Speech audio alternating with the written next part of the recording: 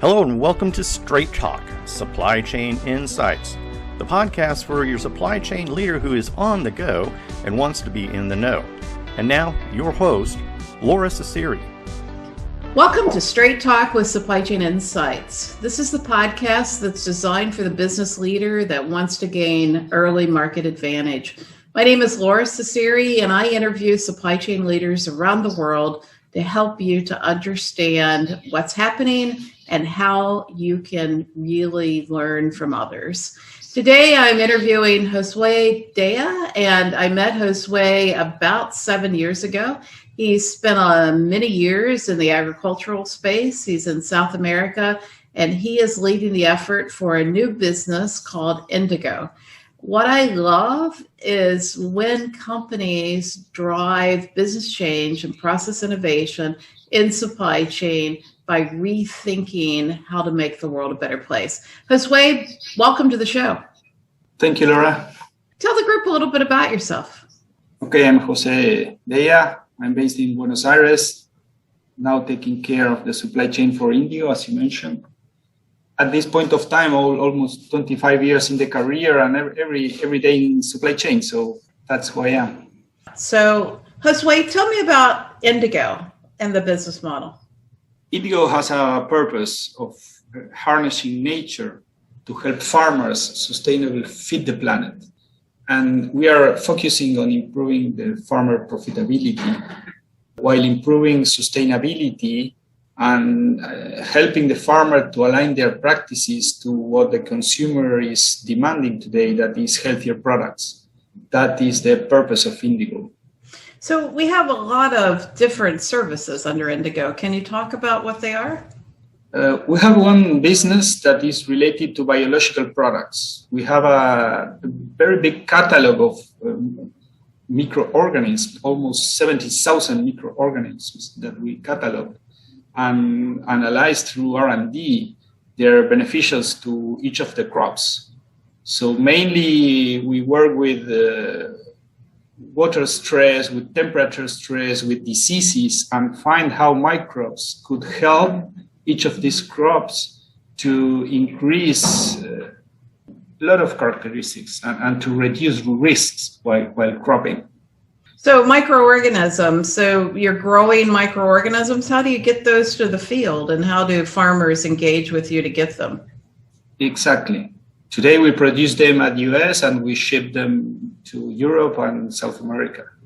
And how do the farmers determine that they need the microorganisms and get them? And how do you go about the administration of the microorganisms to the field? Well, each crop at each geography has their own specific needs. So maybe we have microbes, for example, to work with water stress in wheat, or some others that can help with specific fungus diseases for soy or for corn. So it depends where you are and depends what are you cropping, is that the triggers some demand from this type of benefits. Now, Laura, the potential of this is also to reduce most of the chemicals that are applied to each of the crops. So in the long time, we expect to contribute to sustainability and to use much more biological products, replacing chemical products and with really no risks. So you also have this wonderful capability for aerial photographs and the ability to see what's happening in crop health. Can you tell the audience a little bit about that and how you use aerial photography to basically drive better outcomes? Yes, we have two other business models. One is named Marketplace. It's a marketplace to interact between a field, a grower, and a person who might need that. So you can trade your grains through the marketplace, and we are putting in the hands of both parts of the whole ecosystem a lot of information. One of this information is related to satellite view. So we monitor crop health, we monitor at a very specific level. So you can get into the website and see on a daily basis how healthy is your crop today. And that is mainly captured by a set of satellites that with some technology and with artificial intelligence, they can predict the health of your crop based on what they are seeing. And this is very beneficial for the whole ecosystem. It's not only for a farmer. So governments or local authorities could better predict yields, could better know how much surface is being planted, could better predict how maybe a drought or an extreme climate event is impacting a specific area. It's very interesting. And how long have you been doing it, and how many farmers use your satellite imagery? Well, today, Indigo is a very novel company. It was founded in 2017, and we've been piloting a lot of these concepts until this last year. So now marketplace is available, and it's the first commercial year we have the product for farmers only at US at the moment. And we are deploying that concept into Brazil now. So we expect the second part of the year, we will have also marketplace starting up in Brazil. And what do you mean by a marketplace? Well, today is a platform where a grower and any other party could buy and sell. But again, you can also buy and sell considering your freight. So freight is a very heavy expense in the farming activity. So we also deliver a solution that is named Indigo Transport. So you can imagine like a Uber for trucks. So you can also trade your grains in the platform and considering using this service. So you have full visibility of how much the freight rates are in your area, depending on the origin and destination, and you can quotate based on that. You also have visibility on the prices of the whole of the area of your crop at a national level. So there are a lot of insights again in the platform to make better decisions. So it's a platform where I can basically buy microbial products to improve health. It's a platform that helps me to see the satellite imagery. It's a platform that helps me to contract freight. Is that correct?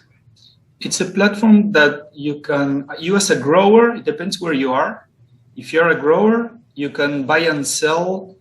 You can mainly sell your crop and contract freights, okay? And then understand information. Today is not integrated with the microbial world at US. And, for many years, Josue, you worked for pharma, additive crop science companies, large companies. What's it like to go from a large company environment to a startup? Tell me about the change and how you've had to adapt. It's very interesting that one. You need to be as resilient as possible.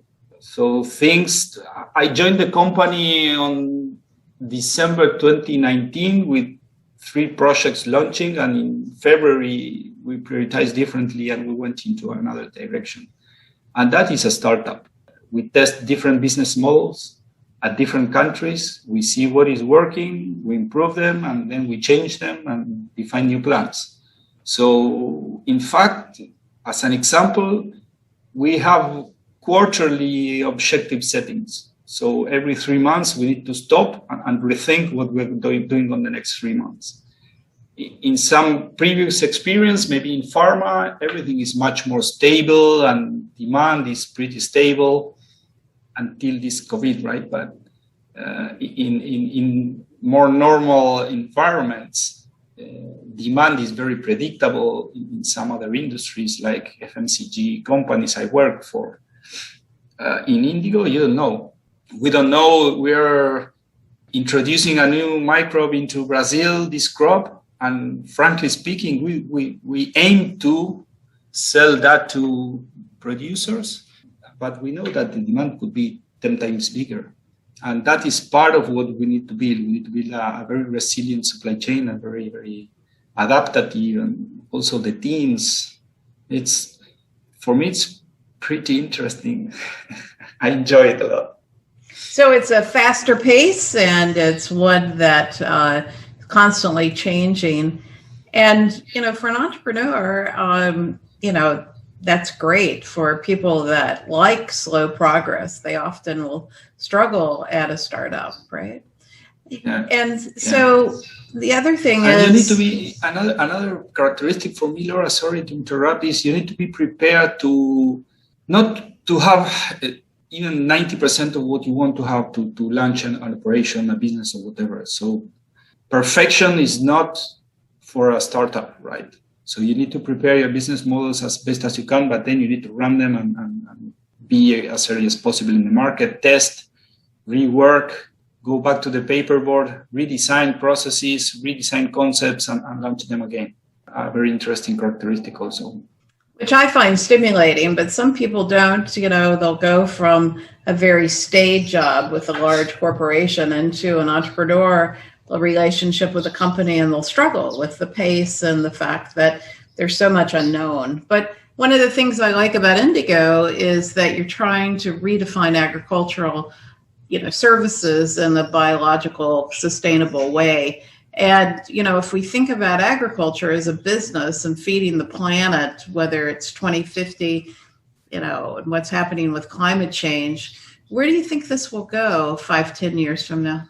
Well, the third big initiative at Indigo is carbon farming. So, the plant has the ability to sequestrate carbon from the atmosphere and send it back to the field. So Indigo is, we certificate a methodology to measure this at scale. And it's really wonderful because we can create the proper economical incentives to reduce carbon in the atmosphere.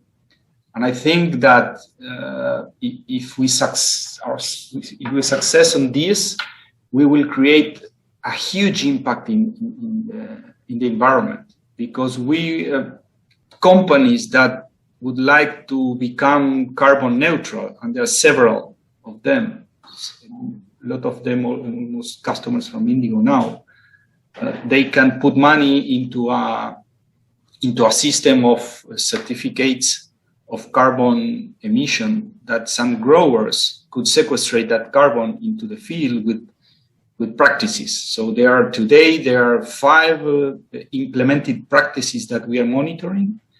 And in the future, there could be even more. So maybe in 20, 30 years, we can reduce this green gas problem in the atmosphere by sequestrating them at the farmers around the world with good practices. It's amazing. I love that. I love that too. But I think the other part of this is you're really trying to improve yield and use of the land through microbial health and, helping us to walk away from chemicals, which are polluting the rivers and streams and causing damage to the overall ecological health. But, as you think about farming and you think about the agricultural business and the ability to feed the world, which is not a trivial task, where do you see Indigo going? I see Indigo adding sustainability. So the whole industry is going to improving yields, better practices, and so on. Indigo is working on the sustainability part of this. So I see Indigo adding a lot in health, adding a lot in well-being for people, because we will have a better environment in the future. And we find microbes that also, they increase the yield, for example, or they increase the yield under specific situations. So that is part of the sustainability also. More stable crops and more predictable farming practices. And that is part of the game. Well, it's a new part of the game, right? I don't know that we've done this before. I mean, do we have a history of using microbes in the field commercially like you're doing? Are there examples? Yeah, there are examples that using microbes for 30 years or more, maybe. Okay. In soybeans, for example, the whole soybean crop is inoculated with a microbe since the last, I think, more than 30 years. Right. And they have the ability to improve the nitrogen efficiency, use of nitrogen in the soil, so that reduces the need for fertilization, for chemical fertilization.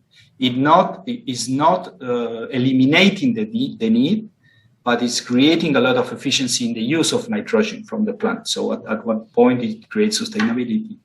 Doesn't this take it to a new level, though, where you've got specialized microbes for different crops and different use cases?